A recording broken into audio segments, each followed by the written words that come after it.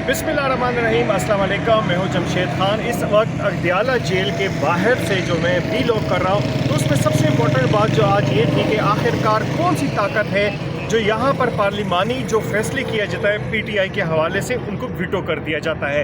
कई बार हमने इशारतन जो है ये बात की थी कि यहाँ पर एक कुव्वत ज़रूर है जो यहाँ पर मुख्तलिफ़ किस्म के यहाँ पर जो फैसले होते हैं, चाहे वो पार्लिमानी पार्टी के हो, चाहे चेयरमैन पीटीआई के हो, तो उनको वीटो कर दिया जाता है, उनकी डायरेक्शन जो है वो चेंज कर दी जाती है।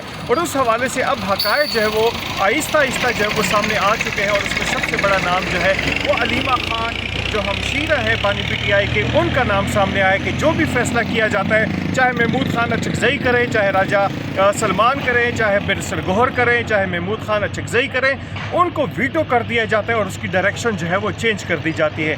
गुज़िश्ता रोज़ अदालत में यहाँ पर उन्होंने इंतहाई बरहमी का भी इजहार किया और उनका कहना था कि इन वकीलों को यहाँ पर पार्लियामेंट में पहुँचा दिया गया, उनको सीटें दी गई, इनको जितवाया गया, लेकिन ये अपने बानी पीटीआई के जो केसेस हैं उनके लड़ने के लिए नहीं आते, उनकी दरख्वास्तें जो हैं उनको यहाँ पर वो जो है वो परसू नहीं करते। ये एक हकीकत है कि यहाँ पर पीटीआई की जानिब से जो मुख्तलिफ़ किस्म के वकील थे, बड़े बड़े वकला थे, उनको एक सियासी रिश्वत के तौर पर ये जनाब साहब टिकट दिए गए थे और उनका मकसद यही था कि वो पार्टी को अदालतों से बचाएंगे।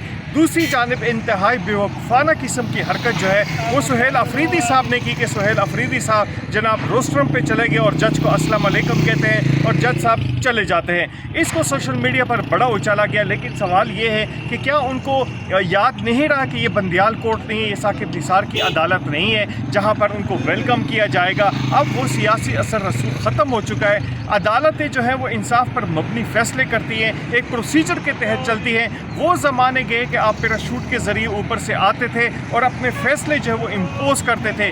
2 दिन पहले जनाब साहब आपकी जानिब से कहा जाता था, आपकी तरफ से नाम लिया जाता था कि फ़लाँ के बुरे हालात शुरू होने वाले हैं और उसके बाद उनकी गिरफ़्तारी हो जाती थी और उनके ख़िलाफ़ केसेस शुरू हो जाते थे। तो अब ये मामला तो ख़त्म हो चुके हैं। तो सुहेल अफरीदी साहब आपके आसपास बड़े नामी ग्रामी किस्म के बैरिस्टर साहबान हैं, उनसे भी मशवरा कर लिया करें कि अदालतों में जाते किस तरह हैं, केस को परसू किस तरह करते हैं और वहाँ पर अपनी प्रेजेंस किस तरह शो करते हैं। तो ये आपके लिए बेहतर होगा, वरना जग हसाई का जो है वो सबब बन चुके हैं आप कि यहाँ पर आप ऐसी हरकतें कर रहे हैं जो नरेंद्र मोदी करता है और जिसकी वजह से वो आलमी जो यहाँ पर मीडिया में जो है अक्सर उनका मजाक उड़ाया जाता है। एक और अफसोसनाक वाक़े की जानिब से पर बात करते हैं कि बलूचिस्तान में बुलीदा के मकाम पर BLA की जानिब से हमला किया गया, सिविलियन पर हमला किया गया, जिसमें 6 अफराद को शहीद किया गया, 3 को ज़ख्मी किया गया। और आप इससे अंदाज़ा लगाएं कि बलोच रिवायात के बरखिलाफ़ जो है यहाँ पर गैर मुसल्लह अफराद को, सिविलियन को जो है वो निशाना बनाया जा रहा है। आखिरकार इनका मकसद क्या है? मकसद सिर्फ़ और सिर्फ दहशत गर्दी फैलाना है और इस दहशत गर्दी के पीछे उनकी रिवायात होगी, बलोच रिवायात होगी, यहाँ पर जो कानूनी होगी, इस्लामी होगी, ये किसी की परवाह नहीं करते और दहशत फैलाना सिर्फ़ और सिर्फ इनका मकसद है। इसी तरह गुज़िश्ता रोज़ बन्नू के एक इलाके हसन खेल में एक जो है अफसोसनाक वाक़या पेश आया और उसकी अभी कुछ डिटेल भी सामने आई है, कुछ देर कबल आई है। और वो ये है कि 3 भाइयों को तरावीह के बाद अगवा किया गया और खवारजियों ने, और उसके बाद अब से कुछ देर कबल ये इतला आई कि 2 लाशें जो हैं उनकी मिल चुकी हैं। ये सरकारी मुलाजिम थे और उनको पहले से भी थ्रेट थी।